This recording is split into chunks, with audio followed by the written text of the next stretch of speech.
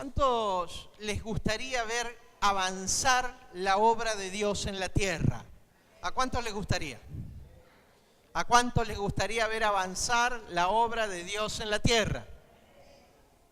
Miren, quiero plantearte claramente algo. La obra de Dios no tiene que ver con juntar gente. Esto es una forma. ¿Es una qué? Es una forma. No tiene que ver con juntar gente. Durante muchísimos años la expresión multitudes fue la preferida de las convenciones a las que íbamos. ¿Me está escuchando?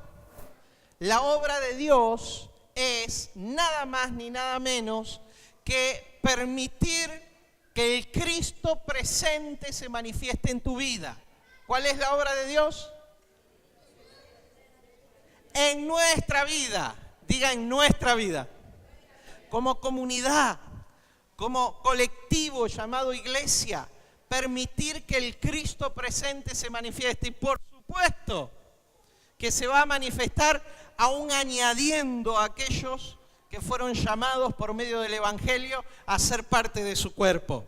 Por supuesto que una de las tareas es la evangelización, que no es nada más ni nada menos que la proclama de lo que Cristo hizo y está haciendo en la vida de las personas, con poder y gloria. Por supuesto que tiene que ver con esto.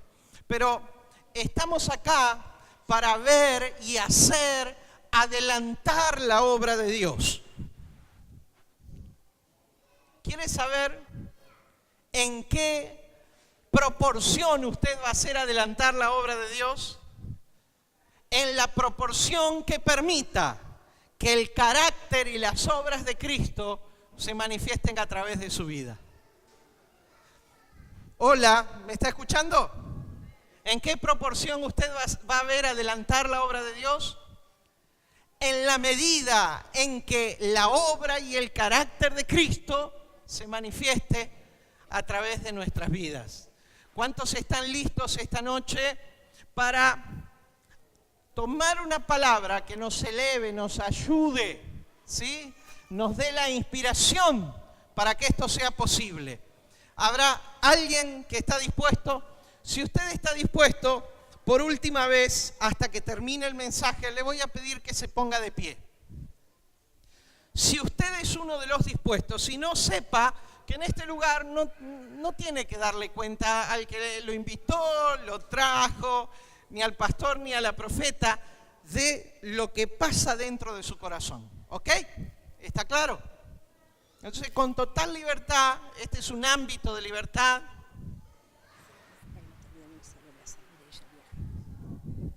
Este es un ámbito de libertad, gracias, profeta. Este es un ámbito de libertad donde no le rendís cuenta por las decisiones de tu corazón al que está al lado tuyo hoy, ¿sí?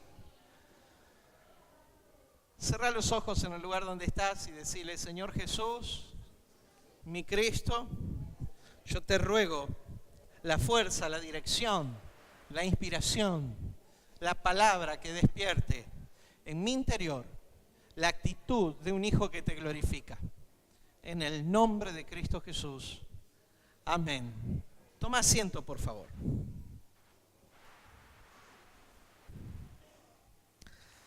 ¿Cuántos quieren ver avanzar la obra de Dios? Y el Señor nos habló de un tiempo a esta parte que este es un trabajo no inmediato, ¿sí? Sino que es un trabajo generacional. Uno de los primeros nombres de Dios que encontramos en la Escritura, lo encontramos en el libro de Génesis, y los patriarcas llaman a Dios el Dios de Abraham, de Isaac y de Jacob. ¿Sí o no? Y pareciera que es porque ellos no sabían cómo llamarle. No, en realidad ellos sabían cómo llamarle. ¿Cómo le llamaban? El Dios de Abraham, Dios de Isaac y Dios de Jacob. Esto es un nombre en sí mismo, se llama el Dios de las generaciones. ¿Cómo se llama? El Dios de las generaciones. Porque en la mente y el corazón de Dios no hay solamente una generación, hay generaciones. 50 generaciones aproximadamente han pasado, casi 50 han pasado desde la muerte y resurrección de Cristo. ¿Qué hay en el corazón de Dios? Generaciones, porque Él es el Dios de las generaciones. Ahora bien, Dios nos habló en este texto, Mateo capítulo 11, verso 25, y dice así la palabra de Dios. Esta noche hay una buena concurrencia esta noche. No va a servir de nada, mi hermano, si vos no tomás decisiones. ¿Está claro? Y no te llevás algo para casa. Y no te llevás algo para casa. Dijo uno, se llevaba un jabón del baño. No. No te llevás la palabra para casa. Escucha, por favor. Dios nos habló acerca de este trabajo generacional y dice, capítulo 11 de Mateo, verso 25, dice la palabra de Dios de esta manera. En aquel tiempo, respondiendo Jesús le dijo, te alabo, Padre, Señor del cielo y de la tierra, porque escondiste estas cosas de los sabios y de los entendidos y las revelaste a los niños. Sí, Padre, porque así te agradó. A ver, ¿qué cosa se escondió? Diga el reino de Dios. Dios escondió el reino de Dios de los sabios y de los entendidos y se lo reveló a los niños. Por eso Jesús dijo, dejad a los niños venir a mí, no se lo impidáis, porque de los tales es el reino de los cielos. Usted sabe bien de Biblia, conoce estos textos, eso está en Mateo capítulo 8. Ahora bien, ¿por qué un trabajo generacional? Le podemos preguntar al Señor. Porque nuestra generación, ¿cuántos tienen de promedio unos 40 años acá más o menos? A ver, 40 para arriba. ¿Quién pasó los 35? Levante la mano. Despertalo, Oscar, que está dormido, por favor. Che, en serio. Lolo, por favor. ¿Quién pasó los 35? Ahí está, levante la mano. Miren, las hermanas levantan la mano y los hermanos están remoloñando, ¿viste? ¡Qué bárbaro! ¿Por qué? Nuestra generación, usted va a coincidir en esto, parece que ya no cambia más. Lo que aprendió y lo que no, ahí está. Miren, mientras hay vida hay posibilidad de aprender. Mientras hay vida hay posibilidad de aprender. No importa la edad que tengas, no importa cuánto transitó tu vida ya. Mientras hay vida hay posibilidad de aprender. La capacidad de aprender es lo que define una mente joven. ¿Una mente qué? Joven. Una mente joven. La capacidad de aprender. Esto de que loro viejo no aprende a hablar, esto no es así. Esto no es así. Diga capacidad de aprender. ¿Por qué los niños? Porque en nuestra generación cuesta terribles horrores. A ver, no que no sea posible, todo es posible para Dios. Pero cuesta terribles horrores desintoxicarnos, especialmente si venimos de una formación religiosa, del germen de la religión. Cuesta, pero horrores. Cuando el mensaje de Cristo esencialmente tiene poco que ver con la religión. Muy poco que ver con la religión. Por eso el mensaje de la esencia de Cristo es tan ampliamente aceptado en determinados sectores que no tienen formación religiosa. No tienen formación religiosa. Y en los sectores donde más formación religiosa hay, es más duro que entre. Es más duro que... No hablo de la palabra, hablo de la palabra bajo la revelación del Espíritu. Hablo de la esencia de Cristo. Es más duro porque es muy difícil, mucho más difícil desaprender lo que hemos aprendido mal que aprender de una, como dicen los chicos ahora. ¿Sí? ¿Y quién tiene la capacidad de aprender de una? Ellos. ¿Quién tiene la capacidad de aprender y aprender? ¿Quién? Bienaventurado Padre, porque escondiste estas cosas de los sabios y de los entendidos y se las revelaste a los niños, porque así te agradó.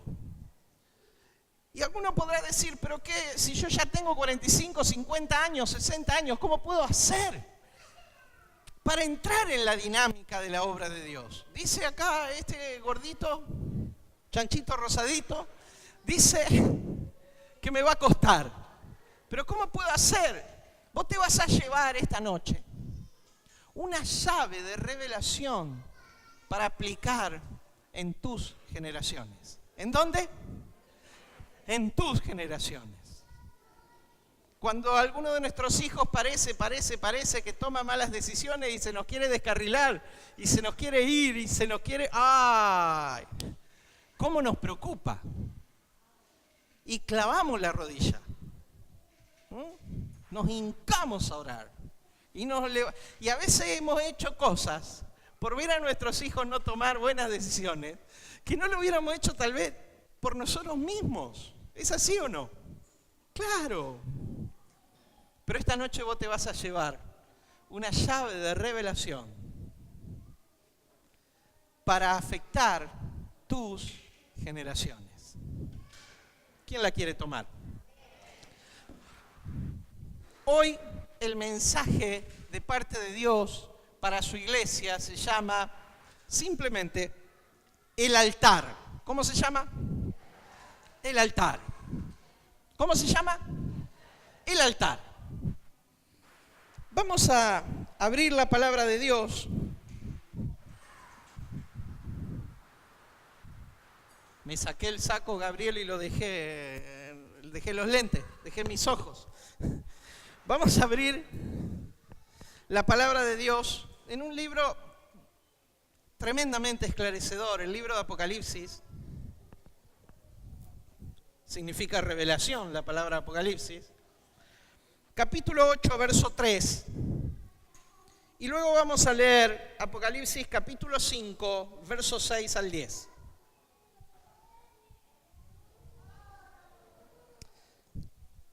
Los religiosos nos han dicho, Apocalipsis es un libro dificilísimo.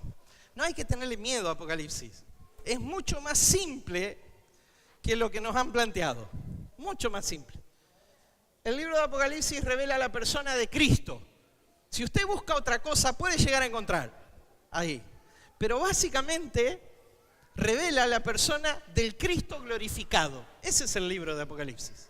O sea, ¿qué tiene que buscar usted en el libro de Apocalipsis? La persona de Cristo glorificado.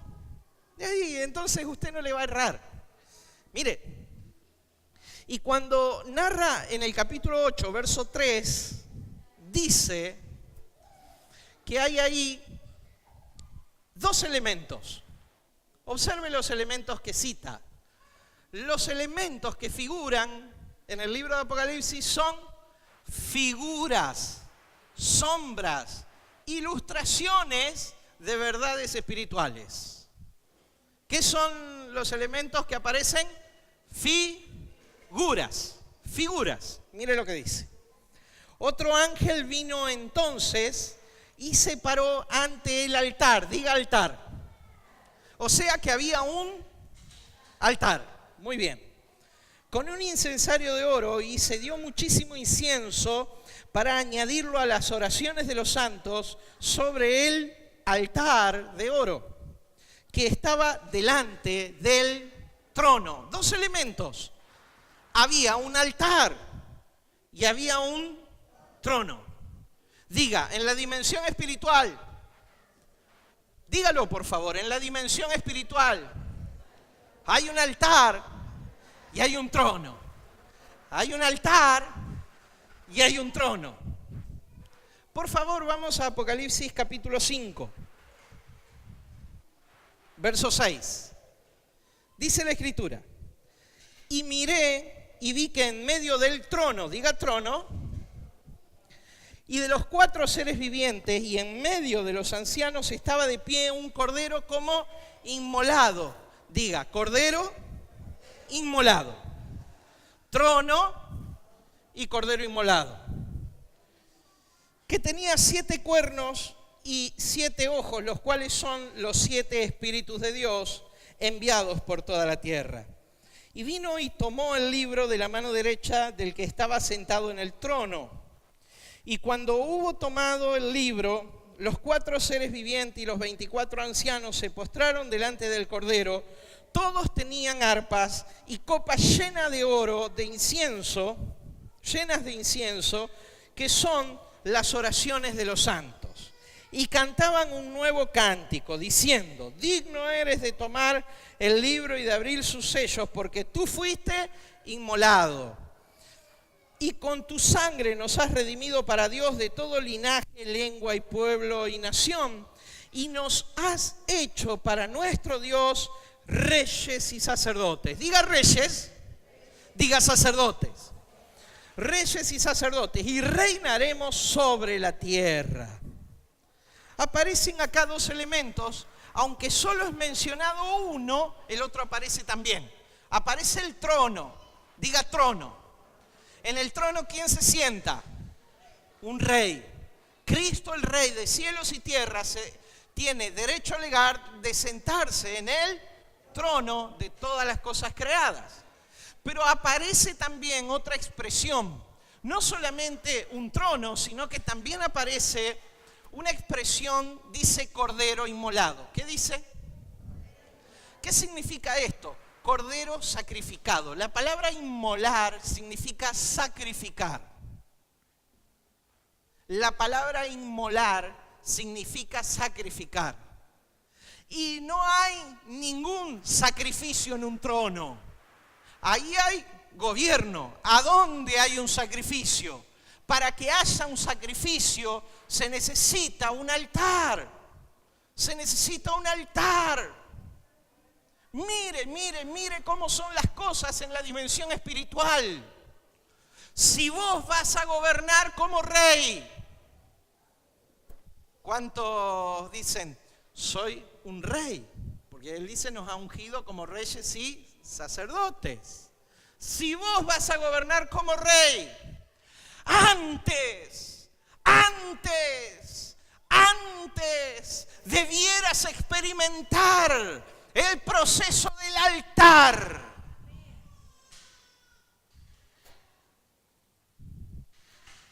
Para Cristo, ser consagrado como Rey del universo, diga conmigo, antes atravesó el proceso del altar, de su sacrificio. La Escritura habla del altar. La palabra altar en la Biblia, tanto en el Nuevo como el Viejo Testamento, significan 2 cosas muy similares.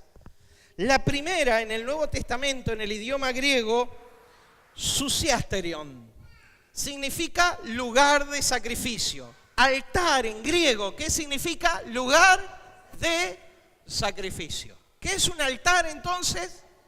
Un lugar del sacrificio. Y en el idioma hebreo, la palabra es mizbeach, que significa lugar del encuentro. ¿Lugar de qué? Quiere decir que altar, literalmente, según lo que la Biblia dice, es un lugar de sacrificio y es un lugar de encuentro. Un lugar de sacrificio y un lugar de encuentro.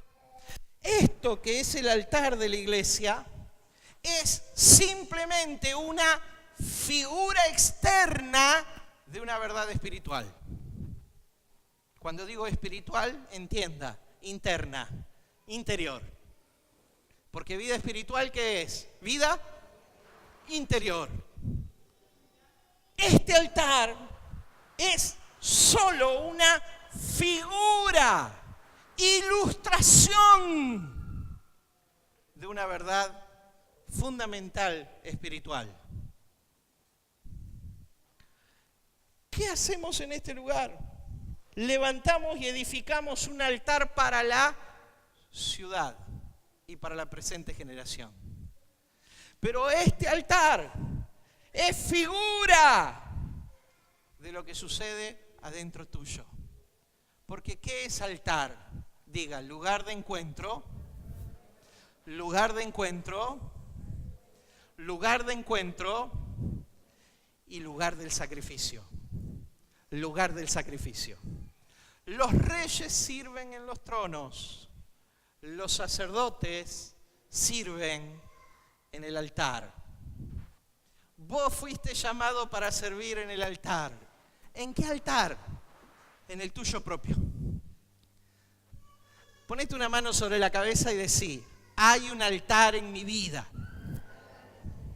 Hay un lugar del encuentro en mi interior. Hay un lugar del sacrificio en mi interior. Pero acá hay una representación que es el altar para esta generación y para esta ciudad. Pero ¿cómo puedo yo utilizar esta verdad para alcanzar mis generaciones? Para alcanzar mi familia. Para alcanzar a mis hijos. Reproducí el modelo interior en tu casa. ¿A dónde? En tu casa.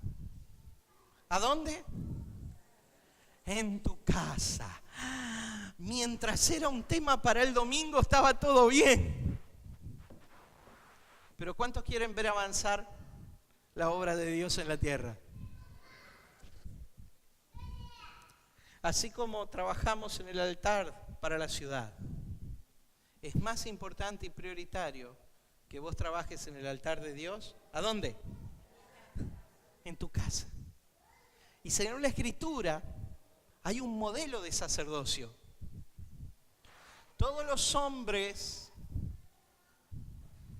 padres de familia, levanten la mano. El modelo del sacerdocio es el de padre de familia. ¿Cómo es? Padre de familia. Diga conmigo, padre de familia. Las mujeres que no están acompañadas por hoy por su esposo, están separadas, solas, son mamás solteras, son jefas de hogar, levanten la mano izquierda. No tienen a su marido a su lado, pero están a cargo de su casa. Levanten la mano, por favor. Vamos. Diga, en Cristo no hay diferencia. No hay hombre ni mujer, esclavo ni libre. Cristo lo llena todo y en todos. Por lo tanto, Él me da el sacerdocio sobre mi casa. ¿Está claro? ¿Está claro? Diga conmigo, orden. Nuestra ministro de alabanza, ¿dónde está? No sabemos. Allá está. Esto es orden. Como decías y ministrabas hoy durante la alabanza, el reino de Dios trae orden. Y esto tiene que ver con el orden que Dios quiere traer sobre nuestra casa y nuestras generaciones. Varón, ¡anímate! No a hacer como te parece. A ser como Dios determinó que sea.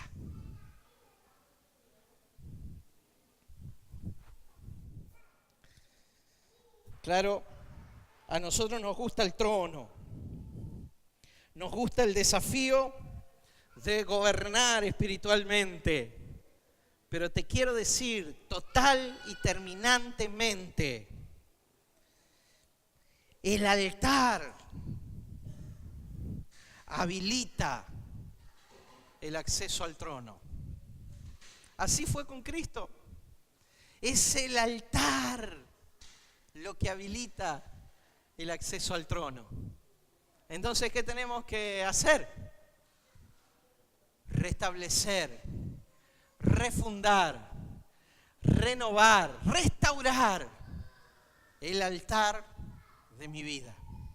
Y en consecuencia el altar de mi casa,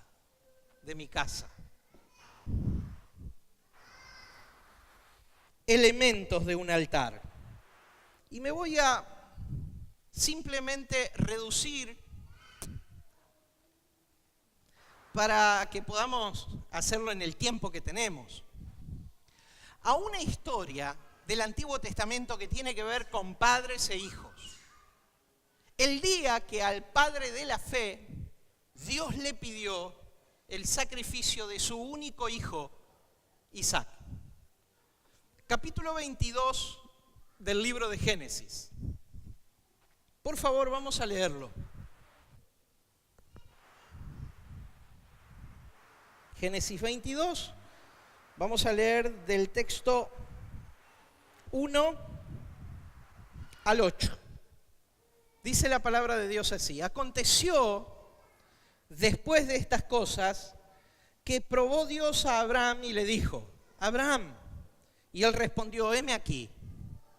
Y dijo: toma ahora tu hijo, tu único Isaac, a quien amas, y vete a la tierra de Moriah, y ofrécelo allí en holocausto sobre uno de los montes que yo te diré. Y Abraham se levantó muy de mañana y enalbardó su asno y tomó consigo 2 siervos suyos y a Isaac su hijo, y cortó leña para el holocausto, para el sacrificio, y se levantó y fue al lugar que Dios le había dicho. Verso 4. Al tercer día alzó Abraham sus ojos y vio el lugar de lejos. Entonces dijo Abraham a sus siervos: esperad aquí con el asno, y yo y el muchacho iremos hasta allí y adoraremos, y volveremos a vosotros. Y tomó Abraham la leña del holocausto y la puso sobre Isaac su hijo, y él tomó en su mano el fuego y el cuchillo, y fueron ambos juntos. Entonces habló Isaac a Abraham su padre y dijo: Padre mío. Y él respondió: heme aquí, mi hijo. Y él dijo: he aquí el fuego y la leña, mas ¿dónde está el cordero para el holocausto? Verso 8. Y respondió Abraham: Dios se proveerá de cordero para el holocausto, hijo mío. E iban juntos. Hasta acá la lectura de la palabra de Dios.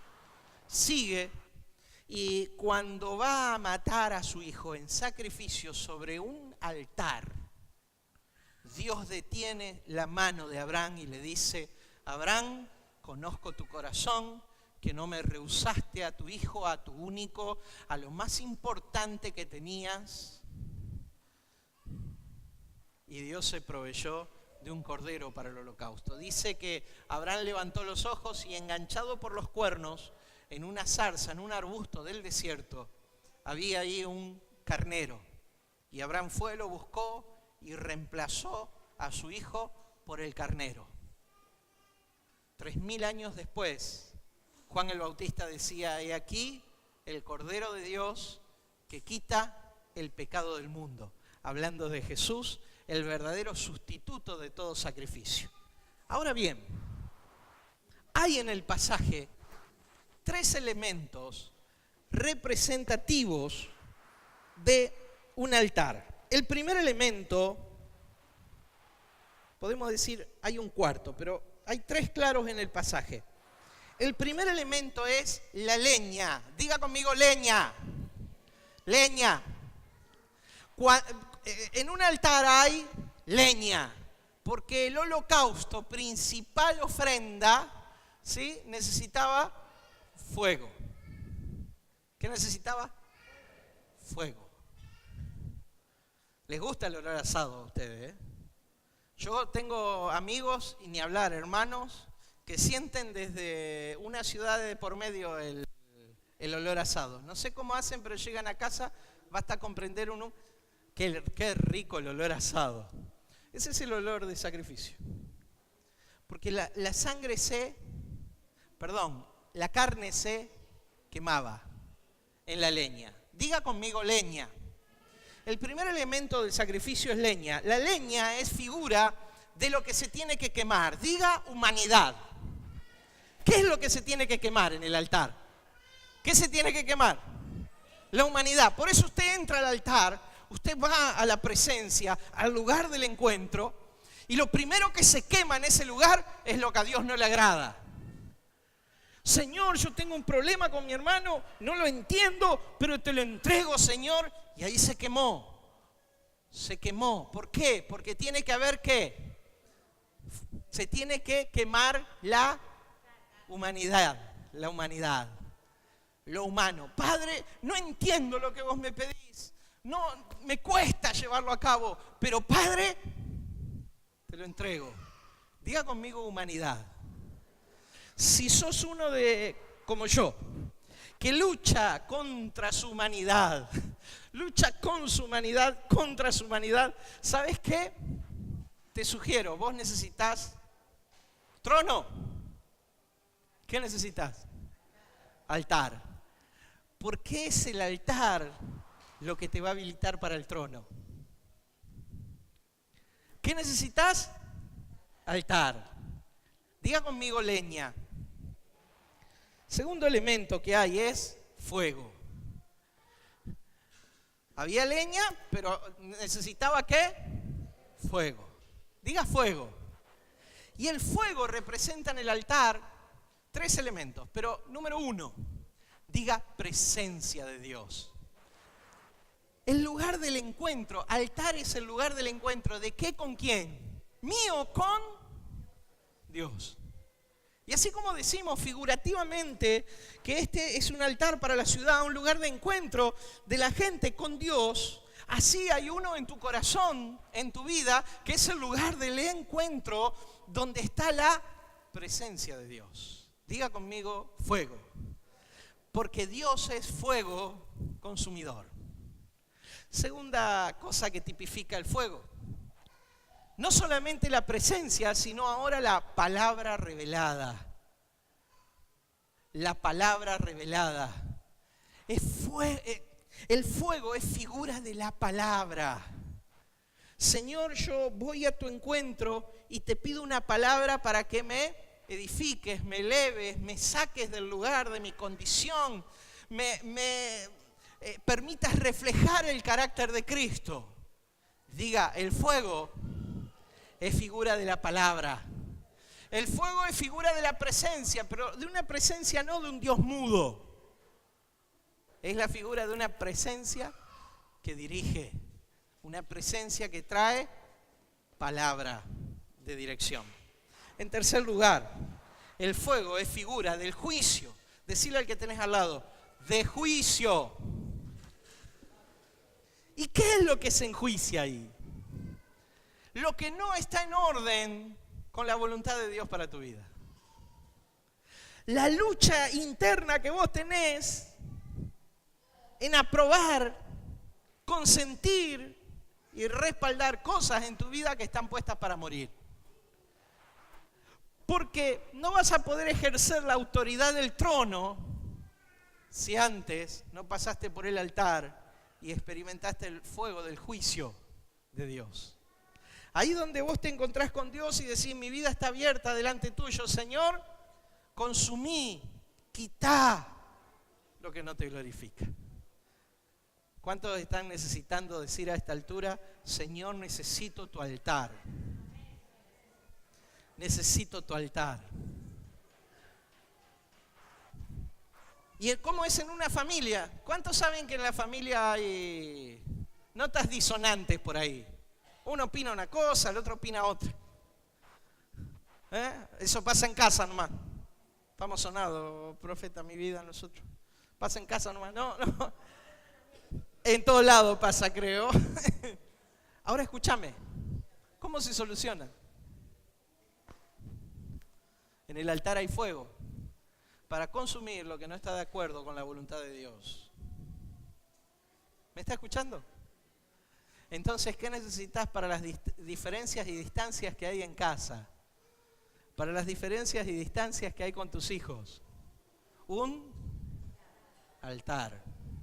Un altar. Esto es lo que necesitas. Tercer elemento.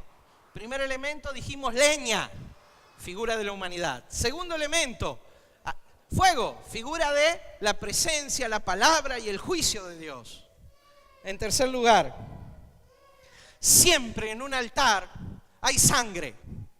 Porque la Escritura dice que llevaban cuchillo. ¿Y para qué era el cuchillo? Para degollar a la víctima del sacrificio. Un carnero en este caso. Diga conmigo, cuchillo. ¿Para qué? Para que haya sangre. En un altar siempre hay sangre. Siempre va a haber, necesita haber sangre. La sangre es figura del sacrificio. ¿Figura de qué? Entonces, vos querés trono, querés gobierno, querés querés ser una persona con éxito en tu profesión, en las finanzas, en la familia, ¿querés serlo? Solo el altar te va a habilitar para el trono. ¿Qué te va a habilitar para el trono? El altar. Entonces pasá por el altar. Pasá sumiso, pasá dispuesto. ¿Por dónde? Por el altar. Tercer elemento, sangre.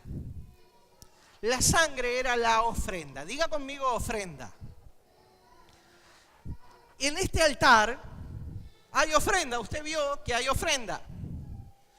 Pero no es ofrenda material con la que se edifica el altar espiritual. El altar para la ciudad sí se edifica con ofrenda material. Pero es con ofrenda espiritual como se edifica el verdadero altar. ¿Y qué es una ofrenda espiritual? Diga conmigo sangre. Diga conmigo sangre. Diga sangre. Bien. ¿Qué dice la Biblia que es la sangre? La Escritura dice que la vida del hombre está en la sangre. Eso dice la Biblia. Espiritualmente hablando, la vida del hombre está en la... Cuando Jesús derramó su sangre en la cruz del Calvario, en la obra de redención, ¿qué era lo que estaba derramando? Su vida. Derramó su sangre, derramó su vida. Lo valioso, lo que hace valioso a la sangre de Cristo es la vida valiosísima que portaba esa sangre. ¿Sabes lo que entregás vos en tu altar? ¿Sabes cuál es la ofrenda? Tu vida. No es tu servicio, no son tus diezmos y tus ofrendas, no son cosas materiales, no son tus relaciones. Lo que se entrega en un altar espiritual es nada más ni nada menos que vida. Vida. ¿Qué se entrega en un altar? Vida. Por eso, Señor, no soy mío. Por eso soy tuyo, Señor. Por eso te pertenezco. Por eso, Señor, lo que vos compraste con tu sangre te pertenece a vos. Ya no somos nuestros, sino somos de Dios. Diga vida, sangre. Por eso entregar a Cristo la vida te abre la dimensión del propósito de Dios del que la profeta Susana nos contaba. Entregarle la vida a Él. No guardar un poco para mí, entregarle la vida a Él. Diga, el altar es un lugar de entrega de vida, porque hay sangre en el altar. Último elemento. Todo altar tiene un diseño. El altar para la ciudad tiene un diseño. El altar interno tiene un diseño. Usted sabe que es espíritu, alma y cuerpo el diseño del altar, porque lo hemos hablado muchas veces. El altar de Dios en el hombre. El altar para Israel tenía un diseño. El altar para Moisés en el desierto tenía un diseño. Todo altar tiene un diseño. El altar que restauró Elías sobre el monte Carmelo tenía un diseño. Eran 12 piedras, ¿sí? Todo altar tiene un diseño. Diga conmigo, el diseño para mis generaciones. El diseño para mis generaciones. ¿Quiere conocer usted el diseño para su generación? Tome lo que escuchó esta noche acá y métalo en su casa. Abra la Biblia con sus hijos. Abra un tiempo de oración con su familia. Restaure el altar de Dios de las generaciones. Pero mi hijo acá no quiere saber nada conmigo. Por ahora. Por ahora. Cuando Dios genere la crisis, tu hijo va a ir a buscar a donde él reconoce que en la casa de papá hay casa de pan. ¿Me estás escuchando? Y no importa si ya tenés nietos, no importa. Tal vez hasta tus nietos van a reconocer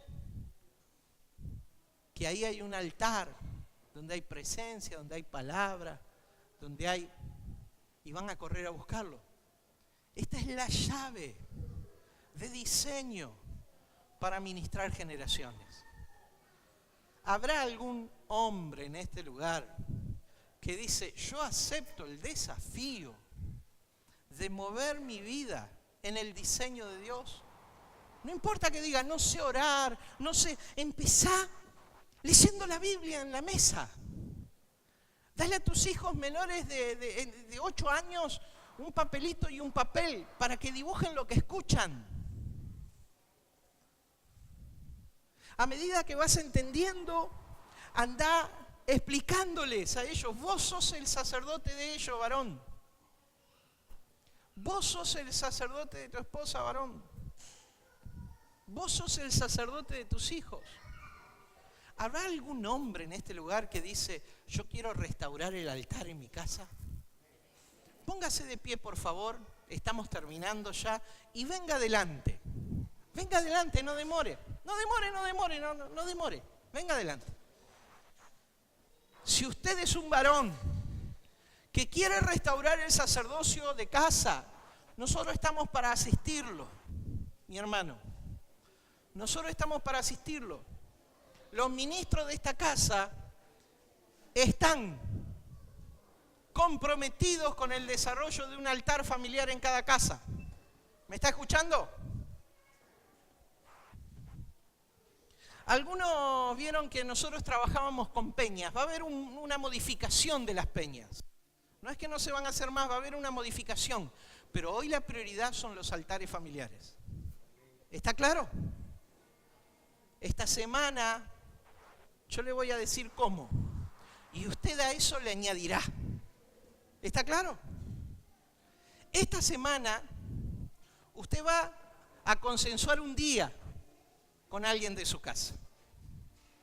Y ese día se va a sentar, va a ser prioridad por sobre otra actividad. Se va a sentar, va a abrir la palabra de Dios en un libro determinado de la Biblia, va a tener una lectura, va a orar y va a hablar de Dios y de la casa, de Dios y de las personas que componen la familia. Y Dios va a empezar a mover su mano para traer orden. ¿Quién dice yo lo voy a hacer? Por ahí entre nosotros hay mujeres que son jefas de hogar, que no tienen a su esposo, que no comparten la fe con su esposo o no tienen a su esposo hoy en condiciones de que sea su sacerdote. Si es así, mi hermana, te quiero decir lo que dice Gálatas capítulo 3, verso 28. Te lo voy a leer.